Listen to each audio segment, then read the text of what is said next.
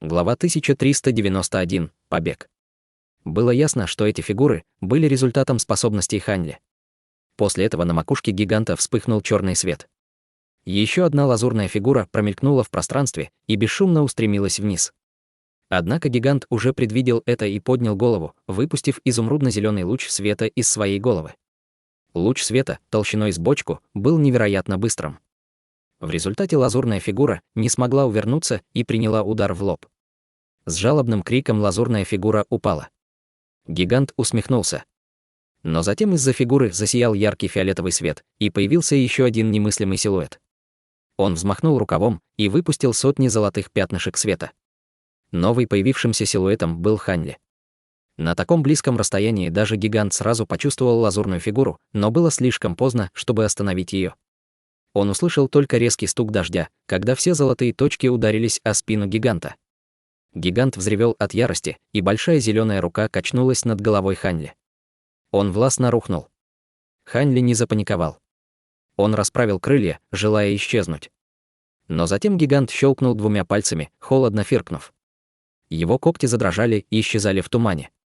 Мгновение спустя две зеленые полоски пронзили крылья Ханли с невероятной скоростью. Звуки грома внезапно прекратились. В тревоге Ханли придумал другой способ увернуться, но было уже поздно. Рука гиганта светилась зеленым светом, и Ханли почувствовал, как пространство вокруг него напряглось, словно превратившись в сталь. Даже с огромной силой своего тела движения Ханли замедлились, и ему было трудно убежать. За это время гигантская зеленая рука крепко схватила его. Сила зеленого гиганта была абсолютно не слабее силы Ханли. Гигант зловеще улыбнулся, увидев, что его удар был эффективен, и изменился в лице. Гигант напряг руку, окутывая ее зеленым светом и намереваясь заживо раздавить Ханли. Ханли изменился в лице и внезапно пробормотал заклинание. Лазурный свет продолжал струиться сквозь его тело, отражаясь от руки гиганта. Затем его тело, казалось, было раздавлено, превратившись в пятнышки света. Духовный свет сконденсировался в соседнем пространстве, создав лазурный талисман. Внезапно он унесся вдаль. На лице гиганта мелькнуло удивление. Пространство в сотни метров начало деформироваться, и вслед за этим появился Ханли. Хотя он был слегка бледным, он быстро взял себя в руки и призвал лазурный талисман в руку. Оказавшись в опасности, он использовал способность талисмана духовной формы, чтобы заменить себя, что тем самым позволило ему избежать бедствия и переместиться на некоторое расстояние. После стольких лет культивации талисмана духовной форм, его возможности стали намного больше, чем раньше. В этот момент гигант выплюнул луч света на силуэт, приближаясь к изможденному Ханли.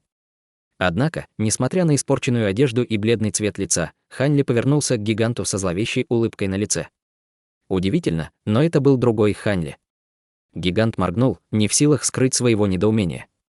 Ханли перед ним сразу же засветился черным светом и внезапно превратился в черноволосую обезьяну, которая была всего в полфута ростом. Это был зверь плачущей души. Когда Ханли начал свою предыдущую атаку, он тайно выпустил зверя плачущей души и заставил его принять свою форму. Древесный дух серебряного ранга был слишком отвлечен, чтобы заметить это. Под защитой своих иллюзий и зверя плачущей души он активировал талисман невидимости высшего зенита и смог тихо сбежать. В противном случае, с огромным духовным чутьем древесного духа, Ханли действительно не смог бы обмануть гиганта на таком близком расстоянии. Зеленый гигант почувствовал, что что-то не так, и вспомнил золотые пятнышки, которые Ханли выпустил из рукава. Затем он резко изменился в лице, ударив себя по спине. Тело древесного духа хотя и было чрезвычайно выносливым, но чувствительность его тела была довольно слабой. С самого начала он не верил, что у Ханли был настоящий способ причинить ему вред. Проведя рукой за спину, его глаза загорелись, и он обнаружил на своей ладони несколько золотых жуков размером с дюйм. Что это?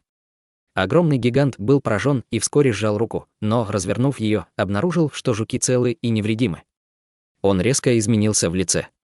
Увидев это издалека, на лице Ханли появилось жестокое выражение, и он отдал жукам новый приказ своим духовным чутьем. Внезапно спина гиганта вспыхнула золотым светом, и на ней начали, словно из ниоткуда, появляться золотые жуки длиной в полфута. Они переползли через половину тела великана и начали безумно пожирать его. Ханли смотрел на это с равнодушным выражением лица, но его сердце дрогнуло. Хотя золотые прожорливые жуки могли сожрать все, что угодно, это была всего лишь запись из мира смертных. В той же записи говорилось, что сокровища из дерева и нефрита могут сдерживать их. Слияние получеловека с древесным духом было поистине странным. Хотя их тело напоминали огромные деревья, и он не мог определить, можно ли их считать древесными сокровищами. Пока эксперимент продолжался, гигант вскоре испустил крик агонии. Он изо всех сил хлопал себя по спине, но жуки продолжали яростно пожирать его. Его почти неразрушимое кристаллическое тело теперь с легкостью разрывали жуки. Пока несколько сотен этих жуков грызли гиганта, тот почувствовал агонию от того, что его разрывало на части, несмотря на его притупленные чувства. Хань Ли был в восторге. Махнув рукой, чтобы забрать зверя плачущей души, его тело озарилось лазурным светом, и он разорвал небо в виде полоски лазурного света. Хотя золотых прожорливых жуков было достаточно, чтобы справиться с гигантом, он не смог справиться ни с одной из мощных атак гиганта. Было бы лучше, если он установит между ними дистанцию. Золотые прожорливые жуки. Полностью созревшие золотые прожорливые жуки. Ты действительно починил себе таких демонических насекомых. Крики гиганта звучали так, будто ему приснился ужасный кошмар. Вскоре после этого послышались звуки повторяющихся взрывов, и зеленые огни мгновенно заполнили большую часть неба. Хань Ли продолжил свой побег на полной скорости, не оборачиваясь. В мгновение ока он оказался за горизонтом. Спустя несколько мгновений он исчез из поля зрения гиганта. Через мгновение огромный шар света поднялся в небо, где первоначально стоял гигант. Он потерпел поражение и летел прочь. Внутри был виден слабый силуэт сильно поврежденного гиганта. Его преследовало облако золотых насекомых.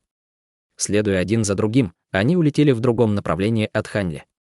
Вскоре после этого золотое облако жуков зажужжало и повернуло обратно. Они не только вернулись к прежнему размеру, но и полетели в хаотическом порядке. К счастью, золотые прожорливые жуки не замедлились. Они неслись в воздухе со скоростью молнии. В 500 километрах от места сражения Хань Ли сидел, скрестив ноги, с бледным лицом. Он делал все возможное, чтобы призвать к себе жуков. Он уже потратил значительную часть своего духовного чутья. Когда жуки наконец вернулись к нему, он в конце концов потерял контроль над своим телом и рухнул на землю. В то же время он заложил руки за голову и издал болезненный стон. Через четверть часа он смог собраться и снова сел. Использование жуков было чрезвычайно опасным, в результате чего почти все его духовное чутье было потрачено впустую. Но даже в этом случае его духовному чутью был нанесен лишь незначительный ущерб. Казалось, что он не сможет использовать жуков для преследования, чтобы предотвратить чрезмерное истощение. Тем не менее, если бы он не преследовал древесного духа с помощью прожорливых жуков, древесный дух обнаружил бы что-то неладное и не сдался бы так легко. Теперь древесный дух серебряного ранга сильно пострадал от его золотых прожорливых жуков. Даже если бы он был смелее, он не осмелился бы продолжать сражаться с Хань Ли. Хань Ли погладил кольцо для хранения духовных зверей и вздохнул с облегчением. В секретном лесу, находящемся в бесчисленных километрах от него, древесный дух серебряного ранга Мужуй сидел под огромным деревом в своей гигантской форме. Одна его рука и почти половина его тела исчезли, но из леса вылетело бесчисленное количество зеленых пятен, безудержно устремившись в его тело. Недостающие части тела гиганта восстанавливались прямо на глазах. Спустя промежуток времени, за который можно было выпить чашку чая, блики исчезли, и тело гиганта полностью восстановилось. Но когда он открыл глаза, теперь они казались исключительно тусклыми. Он сжал руки в жесте заклинания, и из тела гиганта вылетел полый фантом. Затем он расплылся и превратился в бледно-зеленокожий древесный дух. После этого гигант вспыхнул и рассеялся, превратившись в огромное дерево. Вернувшись к первоначальной форме, он взглянул в том направлении, где сражался с Хань Ли. Что за напасть? У этого человека есть сотни золотых прожорливых жуков. Будь я был в отличной форме, я бы рискнул убить его, и жуки потеряли бы контроль. Но, получив 2 тяжелые травмы подряд, мое духовное дерево сильно пострадало. Если я снова встречу этих жуков, я могу умереть. Похоже, у меня нет другого выбора, кроме как отказаться от преследования. Подумав все с серьезным выражением на лице, он в конце концов покачал головой и принял решение. Он превратился в шар серебристого света и полетел обратно в сторону леса черных листьев. Вскоре после этого Хань Ли восстановил часть своего духовного чутья. Не решаясь больше оставаться в этом районе, он подавил мигрень и пронесся по небу полоской лазурного света. Он направлялся в сторону южного горизонта. 2 месяца спустя Хань Ли прибыл на бесплодное плато. Вскоре после этого он нашел в отдаленном месте небольшую земляную гору и зарылся в нее во вспышке желтого света. В самом центре горы он без труда выкопал потайную комнату шириной 30 метров и привел ее в порядок. Затем он выпил несколько таблеток и сел, скрестив ноги. Месяц спустя Хань Ли открыл глаза, демонстрируя свое окрепшее состояние. Его дух, разум и тело полностью выздоровели.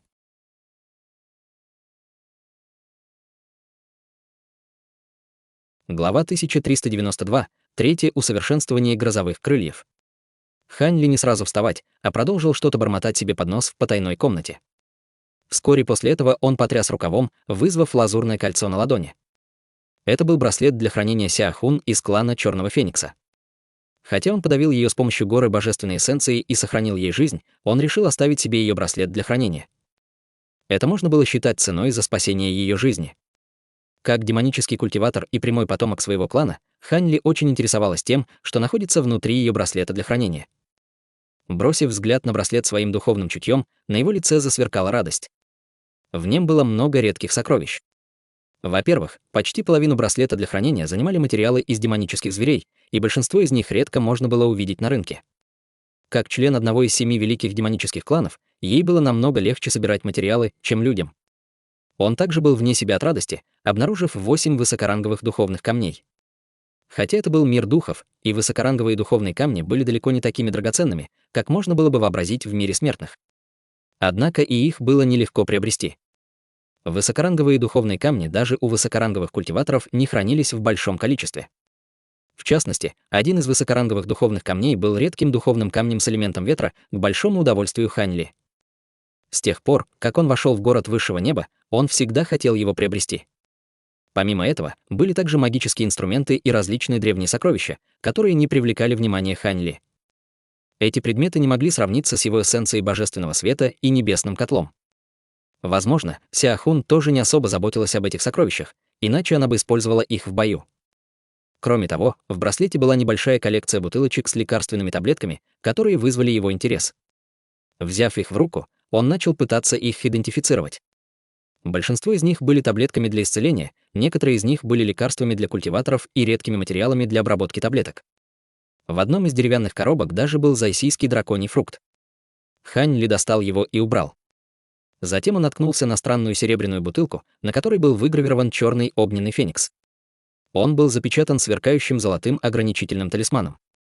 Когда Хань Ли увидел это, его разум задрожал. Он сорвал талисман и открыл крышку. Спустя несколько мгновений из него вылетели 3 черные лекарственные таблетки размером с большой палец и закружили в воздухе. Они стремительно превратились в 3 проворных черных огненных фениксов и разлетелись в разные стороны. Ох! Хань Ли удивленно вскрикнул, но среагировал мгновенно. Серый туман света вылетел и поглотил 3 фениксов. В сером свете фениксы медленно закружились в воздухе. Вспыхнул свет и превратился в 3 угольно-черных таблеток. Серый туман сложил таблетки на ладони к Хань Ли и рассеялся.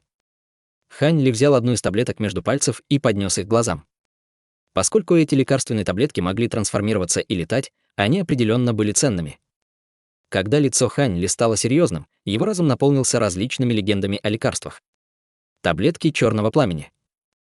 От вида таблетки глаза Хань Ли замерцали, и он сразу узнал их. На его лице вспыхнул восторг. Во всем мире только клан Черного Феникса может изготовить эти таблетки, пилюли, используя свое личное пламя. Даже мастера по изготовлению таблеток не могут их воспроизвести. Для изготовления этих таблеток требовалось, чтобы они поглотили жизненное пламя Черного Феникса вместе к другим загадочным материалам. То есть даже клан Черного Феникса не мог изготовить много таких таблеток. Член клана должен быть на стадии божественной трансформации или выше, и даже тогда он мог изготавливать всего 1 таблетку каждые 1000 лет. Поскольку высококлассные ранговые культиваторы Черного Феникса встречались редко, то и таблетки черного пламени были редкостью. Эти таблетки высоко ценились людьми и демонами. Самая важная причина заключалась в том, что они являлись оптимальной дополнительной лекарственной таблеткой для преодоления узкого места на стадии пространственного закаливания. Теперь, когда у него было 3 таких таблетки, его шансы прорваться к стадии пространственного закаливания увеличились на 20%. Это очень обрадовало Хань Ли. После более тщательного изучения и проверки подлинности таблеток черного пламени, Хань Ли подавил волнение и вернул таблетки назад в бутылку, а затем запечатал ее и осторожно убрал. Самым важным моментом прорыва на стадии пространственного закаливания было объединение 5 элементов его тела в один. После культивации эссенции божественного света ему не нужно было уделять этому много внимания. А с помощью 3 таблеток черного пламени он мог искать новые лекарства и секретные техники, чтобы увеличить свои шансы на прорыв. Его надежды на прорыв сейчас сильно возросли. Но теперь его главной целью было бы быстро достичь поздней стадии божественной трансформации. Используя большое количество лекарств, когда он прорвется через узкое место на средней стадии божественной трансформации, было вопросом времени. Больше всего беспокоило то, что его изначальные лекарственные таблетки теряли эффективность после того, как он вступит на позднюю стадию божественной трансформации божества. Для дальнейшего прогресса ему потребуются таблетки более высокого ранга. Хотя и существовали лекарственные таблетки, эффективные для культиваторов на поздней стадии, их было немного. Самым известным из них была жидкость истинной жабы. Фактически, причина, по которой он рискнул взять эту миссию, во многом была связана с той истинной жабой, которая была ему необходима. Поразмыслив, Хань Ли внезапно вспомнил таинственного гостя, который постучал в его дверь перед тем, как он покинул город высшего неба, и прищурился. Если бы все действительно прошло так гладко, как предлагал этот человек, он мог бы получить много жидкости истинной жабы. Хотя он не мог бесконечно использовать зеленую жидкость для производства таблеток, ему хватило этого на некоторое время. Тщательно запомнив обещание своего гостя, Хань Ли почувствовал, что других проблем не было, и глубоко вздохнул, отбросив этот вопрос в сторону. Одной рукой он провел рукой над браслетом для хранения и получил еще одну чрезвычайно важную выгоду. Это было сверкающее радужное перо. Это было перо радужного феникса, приобретенное двумя женщинами из клана Е. Хань Ли слегка погладил перо, и воздух засиял радужным светом, почти погрузив в него всю комнату. Сердце Хань Ли забилось быстрее. Оно было достойно своей репутации жизненного пера небесного феникса ранга истинного духа. Всего одно перо уже создавало ауру любой мистической птицы из мира смертных. Хань Ли уставился на перо, и его взор померк. Он внезапно открыл рот и выплюнул лазурно-белую молнию. Раздался мягкий раскат грома. Искры света сместились несколько раз, сгущаясь в пару лазурно-белых крыльев размером в несколько дюймов. Хань Ли махнул им рукой, и миниатюрные грозовые крылья приземлились ему на руку. Он взглянул на них и нахмурился. В каждом крыле было по паре тонких дырочек. Они появились в то время, когда гигантский древесный дух пробил его крылья когтями. Вскоре выражение лица Хань Ли пришло в норму. Далее он осмотрел грозовые крылья грозы и пришел к выводу, что повреждения можно легко исправить. Согласно словам воплощения парящего небесного зверя, так называемые грозовые крылья изначально были сформированы из перьев Кунпен и не могли стать настоящим духовным сокровищем, потому что он не мог активировать мирские законы ветреного элемента, содержащиеся в перье Кунпена. Также требовался высокоранговый духовный камень элемента ветра. Это была причина, по которой он изначально искал высокоранговый духовный камень с элементом ветра. Теперь, когда он получил перо небесного феникса, настоящий духовный материал, его первоначальные планы изменились. Он мог добавить перо в грозовые крылья. Перо небесного феникса отличалось от пера Кунпена. Содержащиеся в нем небесные законы внушали трепет пространственными способностями. Если бы он смог закалить свои грозовые крылья этим пером, их силу было бы трудно представить. В следующий раз, когда он столкнется с ужасным существом, таким как древесный дух серебряного ранга, он сможет просто сбежать. Хань Ли возился с крыльями и пером, погрузившись в свои размышления. К счастью, у него уже был опыт усовершенствования пера Кунпена в грозовые крылья. Иначе он действительно не знал бы, что делать. Придя к такому выводу, Хань Ли достал 6 высокоранговых духовных камней из своего браслета для хранения. 5 из них представляли каждый из 5 элементов, и он добавил 6-й, духовный камень с элементом ветра. С его нынешними способностями он больше не нуждался в земляном огне и Он открыл рот и выплюнул шар серебряного пламени. Тот закружился в воздухе, превратившись в огромную печь, кипящую серебряным пламенем. Он бросил грозовые крылья в печь и указал на духовный камень с элементом ветра. Камень исчез внутри с порывом ветра.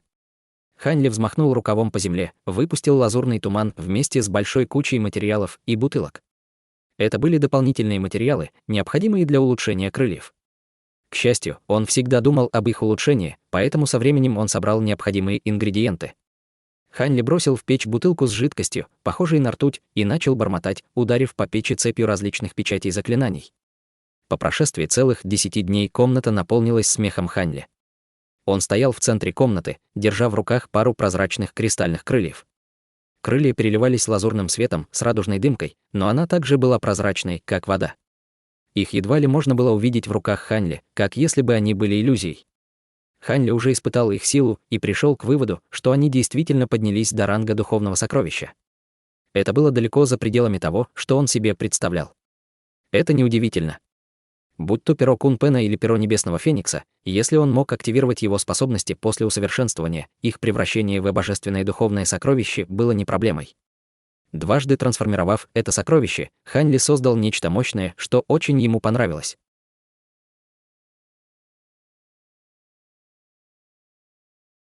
Глава 1393. Воссоединение. Хань Ли подбросил полупрозрачные крылья в воздух и выплюнул облако лазурного тумана, а затем поглотил их в свой желудок. После этого Хань Ли достал поврежденные облачные бамбуковые мечи и начал закалять их и медленно восстанавливать их духовную силу. Год спустя над безымянным горным хребтом в дикой местности по небу метнулась полоска лазурного света. В полоске света был юноша с непримечательными чертами лица, заложивший руки за спину. Это был Хань Ли, который уже покинул тайную комнату несколько месяцев назад. Когда он полностью подчинил свои летающие мечи, он покинул сердце горы и сразу же взлетел в небо. Поскольку Хань Ли был один, он был чрезвычайно осторожен, таким образом провел полгода в мирном полете. Безымянный горный хребет, над которым он летел, выглядел необычным.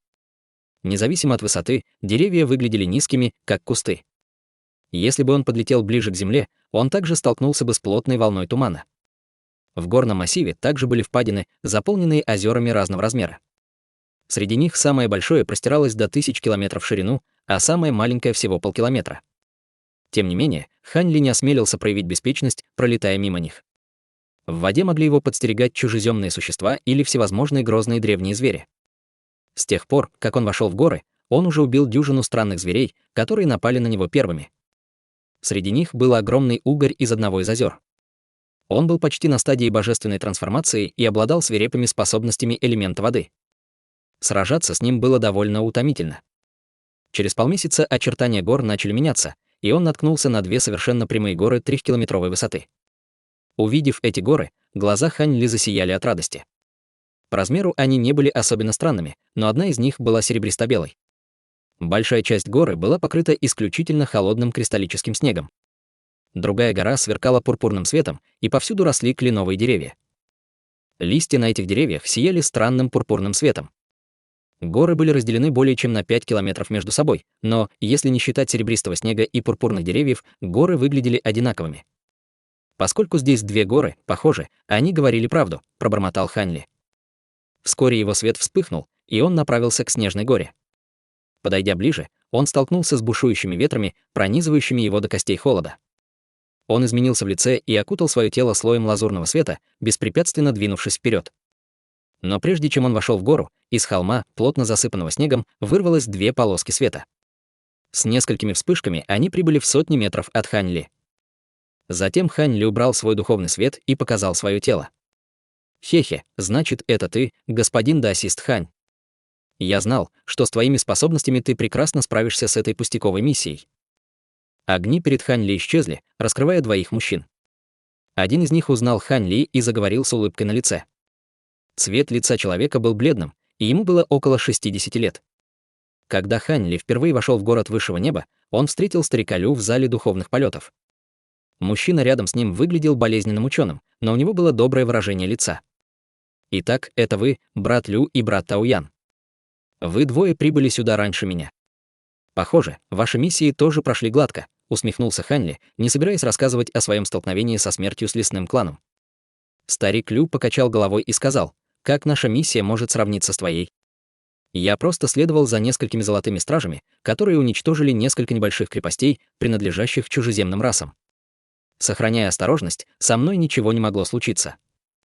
Хань Ли улыбнулся и спросил: «Кроме вас двоих, пришел еще какие-нибудь?» Старик Лю сверкнул сияющей улыбкой и сказал: «Конечно. Для нашего путешествия нужно много людей. Хотя мы предсказывали, что примерно половина из нас не сможет прибыть сюда, прибыли почти все, кто был нам нужен. Позволь мне проводить тебя». «Тогда мне придется тебя побеспокоить», — Хань Ли поприветствовал его. Хань Ли последовал за ними и устремился к ледяной горе. После непродолжительного путешествия старший мужчина достал нефритовый талисман и протянул его в воздухе перед собой. Из талисмана вылетела волна белого света, раскрывая поле белых лотосов, которое вспыхнуло белым светом. Старик Лю командовал светом и вошел в один из белых лотосов, который вскоре вспыхнул и исчез. Хань Ли удивленно моргнул, но вскоре последовал за ним вместе с ученым. Там была установлена иллюзорная формация, через которую не мог видеть даже Хань Ли. В таком случае, пока поблизости не появился бы обычный древний зверь, он не смог обнаружить бы ничего странного на этой горе. Все трое несколько раз мигнули светом и, пролетев над вершиной горы, приземлились к ледяному павильону. Рядом находилась группа ледяных построек разной формы. Также за павильоном следили мужчина и две женщины. Увидев их прибытие, они перевели взгляд на Хань Ли. Мужчина был большого роста, в серой мантии и с густой бородой на лице, которая придавала ему смелый вид. Одной из женщин было больше 40 лет, она была в лазурных одеждах с обычной внешностью. Другая женщина выглядела молодой, в зеленой мантии и вуалью. Когда Хань Ли увидел женщину с вуалью, он вскрикнул: «Фея Инь, не думал, что ты тоже примешь приглашение. Какое совпадение?» Хань Ли удивленно окликнул ее. Женщина в зеленой вуале ответила сладкой улыбкой: «Я знала, что ты будешь здесь. Меня можно считать одной из основателей». Фея Инь предлагала Хань Ли объединиться, когда он в последний раз присутствовал на собрании вознесенных культиваторов. «Основатель. Это действительно превосходит мои ожидания», — усмехнулся Хань Ли. Когда Хань Ли пригласили присоединиться к группе, феи не было среди тех, кто встречался с ним, но он все равно считал их достойными доверия. Кроме того, Хань Ли не особо интересовали люди, инициировавшие это собрание. Хань Ли бросил взгляд и скользнул взглядом мимо двух других. Эти двое выглядели знакомо, словно он видел их раньше на собрании вознесенных культиваторов. Однако он, похоже, раньше с ними не разговаривал. Самым низким уровнем культивации, которым обладали трое, была на средней стадии божественной трансформации. В частности, пожилая женщина была на поздней стадии. Хань Ли поприветствовал их. Крупный мужчина и пожилая женщина тут же поприветствовали его, не осмеливаясь игнорировать. Женщина в вуале вскоре пригласила Хань Ли занять место в павильоне. Поразмыслив, Хань Ли покачал головой и сказал: «Я получил несколько ран во время своей миссии и потратил немного магической силы на беспрерывный полет. Мне нужно отдохнуть. Если я правильно помню, до встречи остался еще месяц». Старик Лю взъерошил бороду и сказал с дружелюбным лицом: «Хе-хе, мы это не заметили. Пожалуйста, отдыхай. Поговорим позже. В комнатах слева никого нет, выбери себе одну. Конечно, если тебе ничего не приглянется, можешь сделать свою собственную». «Тогда я пойду вперед», — Хань Ли слегка улыбнулся и попрощался с ними. Затем он вошел в одну из ледяных комнат и исчез внутри в нескольких вспышках света. Несколько культиваторов проводили Хань Ли взглядом, и в воздухе воцарилась тишина. Женщина слегка нахмурилась и медленно спросила: «Брат Хань поспешил отдохнуть, потому что у него серьезные травмы. Кажется, что это не так. Цвет его лица в порядке. Вероятно, просто у него мало магической силы». Крупный мужчина в серой мантии покачал головой. Фея Инь равнодушно сказала: «Возможно, нет. Если бы Хань Ли обладал исключительными техниками маскировки, мы бы не увидели ничего странного. Тем не менее, поскольку он прибыл вовремя, он уже продемонстрировал необычность своих способностей. Даже если он слегка болен, я считаю, что это не повлияет на наши планы». Господин Даосист Юань и мастер Цзин Юань тоже направились прямо в свои комнаты по прибытии. Она явно доверяла Хань Ли. Болезненный ученый улыбнулся и сказал: «В твоих словах есть смысл. Хотя господин Даосист Хань лишь культиватор на средней стадии божественной трансформации, по моей информации, его способности входят в нашу тройку лучших». Пожилая женщина была ошеломлена и с сомнением сказала: «А ты случайно не преувеличиваешь? Господин Даосист Хань всего лишь культиватор на средней стадии божественной трансформации. Ты уверен?» Женщина в вуале неторопливо объяснила: «Старшая сестра Джао последние несколько лет продолжала усердно культивировать в городе высшего неба и не принимала участия в наших собраниях. Неудивительно, что ты не знаешь о брате Хане. Он убил много чужеземных культиваторов подобного ранга, а также многих из них захватил живыми. Он довольно известен среди недавно вознесенных земледельцев города. Одна из его способностей, в частности, невероятно эффективна против клана теней. Это было в первую очередь одной из причин, по которым мы пригласили его. Госпожа Инь, это означает, что он сможет эффективно справиться с этими теневыми жуками?» — спросила пожилая женщина. Старик Лю добавил: «Верно. В противном случае с ними будет сложно справиться. Если мы потратим столько магической силы до того, как встретим нашу настоящую жертву, это будет ужасно». Пожилая женщина кивнула в ответ и больше ничего не сказала. Что до остальных, то они сели и немного поболтали. Когда Хань Ли вошел в ледяную комнату, он сел, скрестив ноги, и закрыл глаза.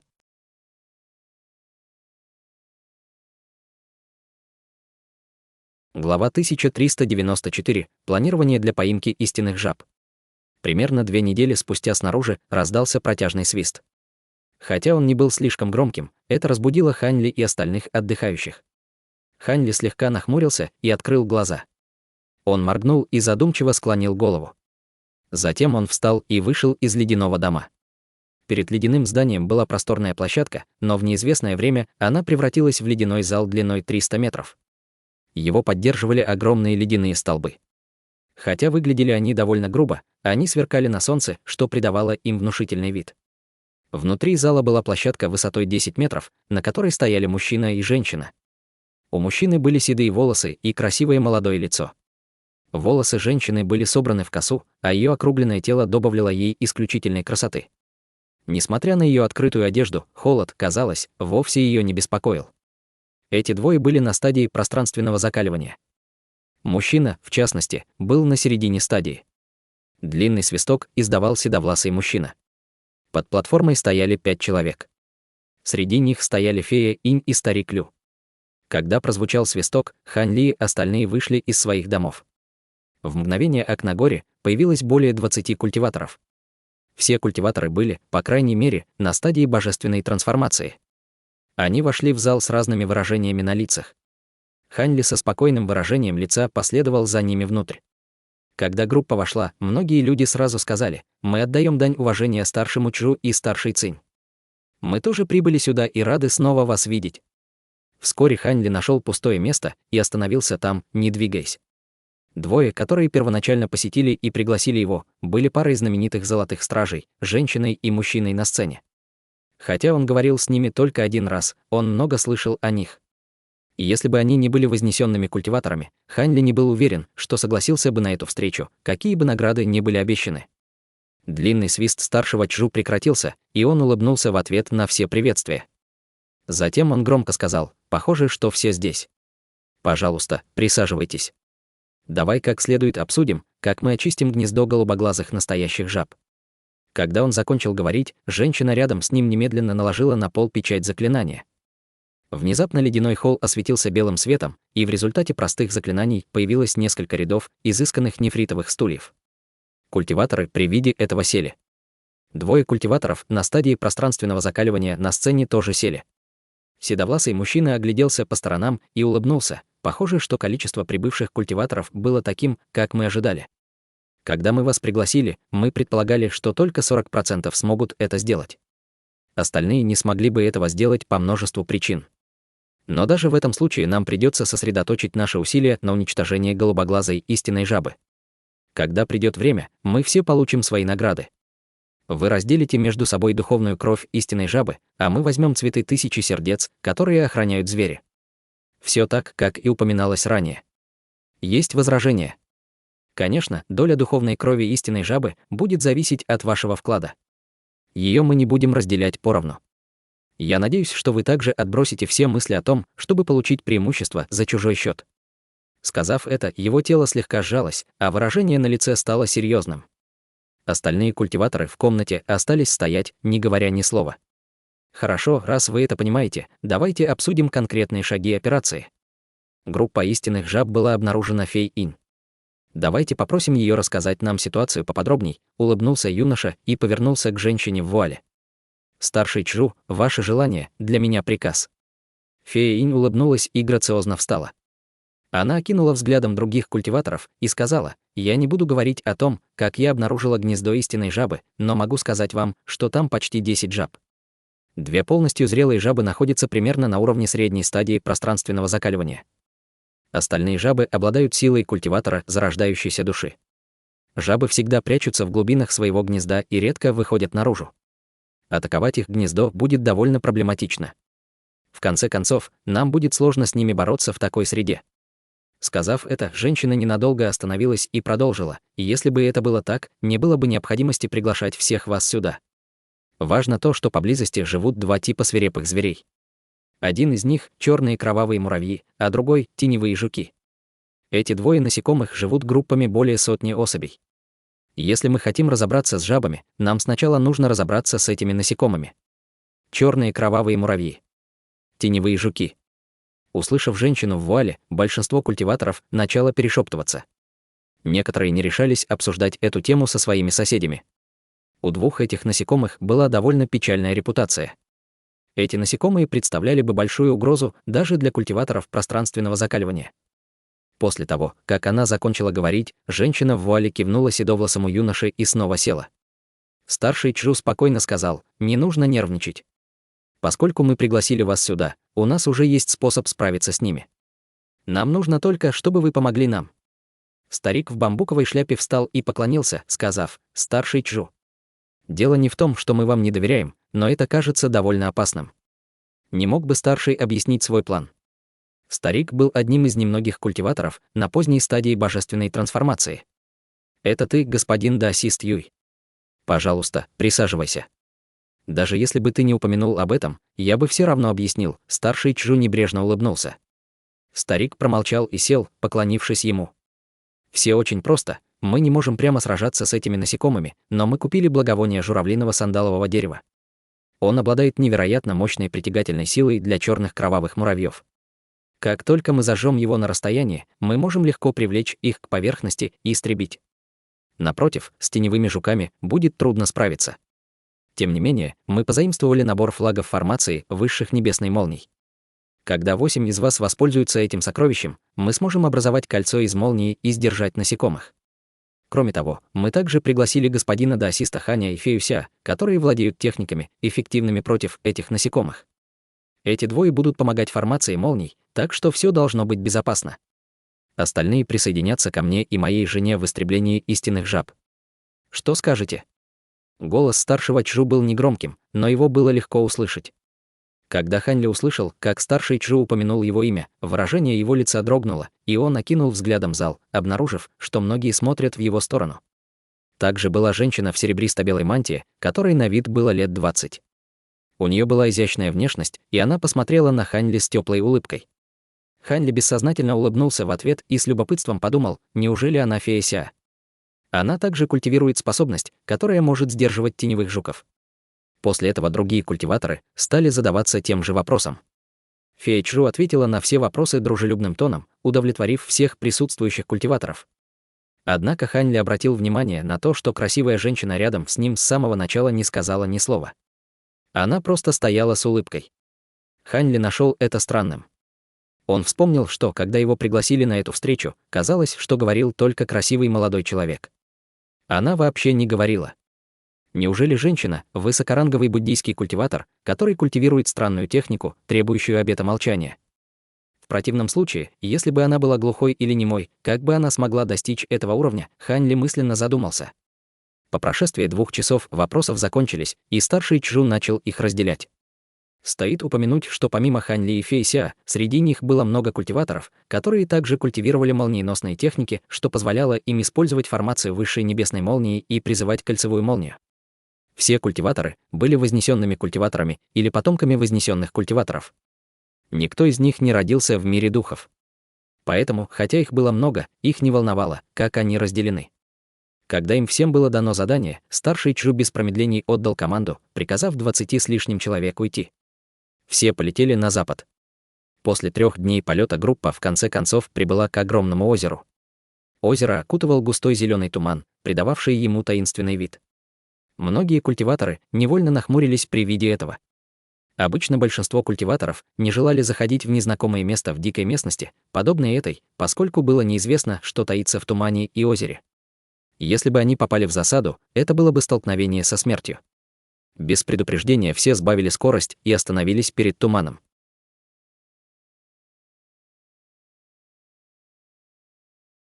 Глава 1395. Благовоние журавлиного сандалового дерева и черные кровавые муравьи.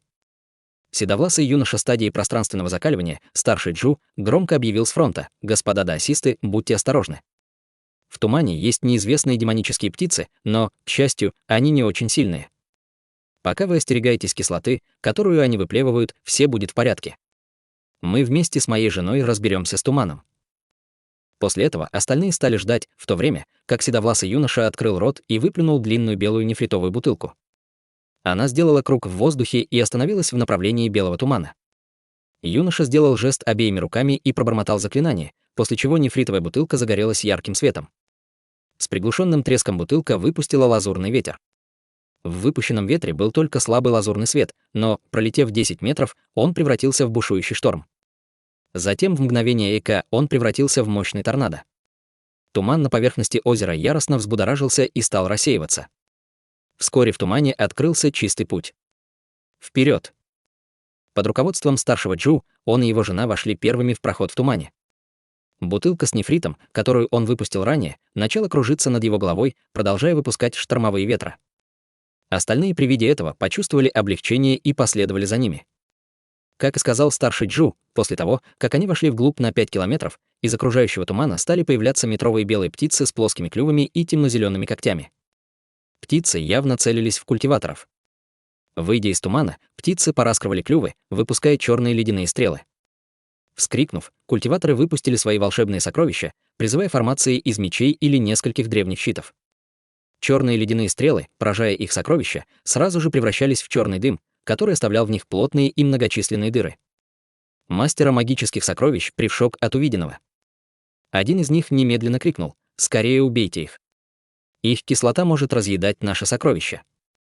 Другие почувствовали, как их сердца задрожали от услышанного, и сразу же активировали свои различные техники.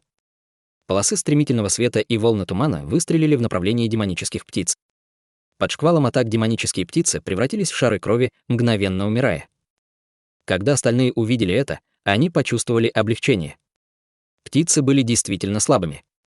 Через четверть часа из тумана раздалось несколько странных криков. Вдруг из тумана вылетела еще одна стая белых птиц и забросала культиваторы черными ледяными стрелами. Пораженные культиваторы суетливо выпустили свои сокровища и заблокировали атаки, а затем снова истребили птиц. Когда последняя из птиц превратилась в кровавое месиво, из тумана снова стали появляться силуэты множества птиц. При виде этого культиваторы забеспокоились, и многие из них чуть даже не впали в панику. Хань Ли нахмурился, и его духовное чутье пронзило туман. Крики птиц начали раздаваться со всех сторон, из окружающего их тумана, как сверху, так и снизу. Их было слишком много, чтобы отслеживать. Хотя Хань Ли столкнулся со многими опасностями, даже он из-за этого почувствовал, как холодок побежал у него по спине. Спокойный голос старшего Джу послышался спереди: «Вы все, не бойтесь. Эти птицы только начинали атаковать нас. Когда они увидят, что дюжина их атак неэффективна, они разбегутся». Другие, услышав это, активировали свои сокровища и убили всех белых птиц, которые нападали на них. На культиваторов обрушилось подряд 13 волн атак птиц. В конце концов, из стаи птиц послышались долгие пронзительные крики, и они разлетелись, уходя из тумана вокруг них. При виде этого культиваторы почувствовали облегчение и ухватились за возможность двинуться вперед. Спустя полдня туман вокруг них рассеялся. В окрестностях стало светлее, и они увидели огромную гору в центре озера. Она была чрезвычайно большой, казалось, тянулся со дна озера. Часть горы, которую они могли видеть, была заполнена зелеными камнями. Кроме мха, росшего на них, других растений не было. После того, как группа остановилась, старший Джу щелкнул языком и сказал: «Мы на месте. Хе-хе, мы должны поблагодарить фею Инь и ее товарищей за то, что они нашли это место». Женщина в вуале усмехнулась и сказала: «Мы случайно обнаружили эту гору, когда преследовали зверя. Нам просто повезло». Старший Джу засмеялся и возбужденно заговорил: «По правде говоря, если бы не слепая удача, нам бы было трудно найти эту секретную землю. Тем не менее, мы наткнулись на группу истинных жаб. Будь они снаружи, их наверняка нашли бы другие». «Что ж, приступим», — остальные культиваторы кивнули с улыбкой. Гнездо истинных жаб находится в естественной подземной пещере у подножия горы. Мы будем действовать согласно нашему плану. Сначала мы выманим кровавых черных муравьев и убьем их. Будьте осторожны. Хотя муравьи являются демоническими зверьми 8-го ранга, они от природы способны ломать наши защитные щиты. Кроме того, они невероятно ядовиты. Если они укусят вас, немедленно проглотите противоядие, иначе вам конец. Хорошо, все готовьтесь. Я зажгу благовоние журавлиного сандалового дерева. После быстрого предупреждения старший Джу перевернул руку и внезапно достал курильницу размером с ладонь. Он ударил по палочке зеленого ладана длиной в полфута. Затем он подбросил курильницу для благовоний вверх, где она начала медленно вращаться, зависнув в воздухе. Старший Джу поднял руку и щелкнул пальцем, зажигая ладан вспышкой красного света. Зеленая палочка благовоний выпустила лазурный след. Хань Ли со странным выражением посмотрел на курильницу. Благовония журавлиного сандалового дерева выглядят совершенно обыденно, и у них нет особого запаха. Действительно ли это эффективно против черных кровавых муравьев? Обеспокоенно задумался Хань Ли. В этот момент культиваторы начали отделяться и прятаться. Хань Ли последовал их пример и отлетел назад на 300 метров. Когда он собирался применить технику, мелькнула белая полоса, и рядом с ним появился тонкий силуэт. Хань Ли ошеломленно взглянул на силуэт. Это была изящная женщина, фея Сяа. Женщина также была удивлена, что Хань Ли выбрал то же место. Вскоре она улыбнулась и вежливо сказала: «Брат Хань, у меня есть флаг 1000 огней, который обладает отличными маскирующими свойствами. Может, спрячемся вместе?» «Хе-хе, в таком случае мне придется тебя побеспокоить», — вежливо ответил Хань Ли. «Пустяки. Брат Хань, к чему такие формальности?» Она слегка улыбнулась и, подняв руку, выпустила небольшой белоснежный флаг. Затем он закружился в воздухе над ними. Женщина ударила по флагу печатью заклинания, и он расплылся, внезапно образовав белый туман. Вспыхнув ярким светом, туман накрыл их в мгновение ика. Мгновение спустя туман исчез вместе с Хань Ли и госпожой Сяа. Хань Ли встал на прежнее место и поднял руку. Даже своими глазами духовного прозрения он все равно не мог видеть сквозь туман. Хань Ли удивленно сказал: «Твое сокровище действительно изумительно. Оно намного мощнее обычных маскирующих сокровищ». Брат Хань, должно быть, шутит. Этот флаг 1000 огней может быть действительно могущественным в плане невидимости, но его невозможно скрыть от духовного чутья. Он полезен только против существ со слабым духовным чутьем, таких как эти насекомые. К его удивлению, Хань Ли пронзил женщину своим духовным чутьем и сразу же подтвердил правдивость ее слов. Он чувствовал себя раздосадованным. Поскольку его глаза духовного прозрения не могли видеть сквозь невидимость, флаг был бы мощным огромным сокровищем, если бы он мог также хорошо скрывать от духовного чутья. В этот момент остальные тоже спрятались и скрыли свою ауру. Мгновение спустя, кроме маленькой курильницы для благовоний, парящей в воздухе, больше ничего не было видно. Благовония журавлиного сандалового дерева действительно оказались эффективны. Спустя промежуток времени, за который можно закончить трапезу, со стороны горы стал раздаваться странный гул. Из неизвестной пещеры в центре горы в их сторону полетела группа больших крылатых муравьев. Каждый муравей был около полфута в длину и с клыками. На спине у них была еще пара зеленых крыльев. Казалось, что это летающие птицы. Они были действительно потрясающими. Было очевидно, что муравьи направляются к курильнице. В конце концов, они прибрались с горы к благовонию и оказались полностью окружены культиваторами. Внезапно пространство вокруг горелки заколебалось. Старший Джу и красивая женщина появились почти одновременно, и он крикнул: «Атакуем!». Свет загорелся во всех направлениях, и вскоре появилось несколько десятков сокровищ, которые превратились в туман света, несясь к муравьям. Туман света порождал крупномасштабные атаки, такие как огненные шары и молнии. Судя по яростному обстрелу, культиваторы хотели уничтожить муравьев одним ударом. После нескольких огромных взрывов муравьи погрузились в радужный свет. Вскоре из центра заграждения хлынули волны тепла и холода, образовав в центре взрывов огромную бурю. Напор ветра даже отбросил культиваторов на несколько шагов назад. Когда свет и ветер утихли, все муравьи исчезли, не оставив и следа пепла.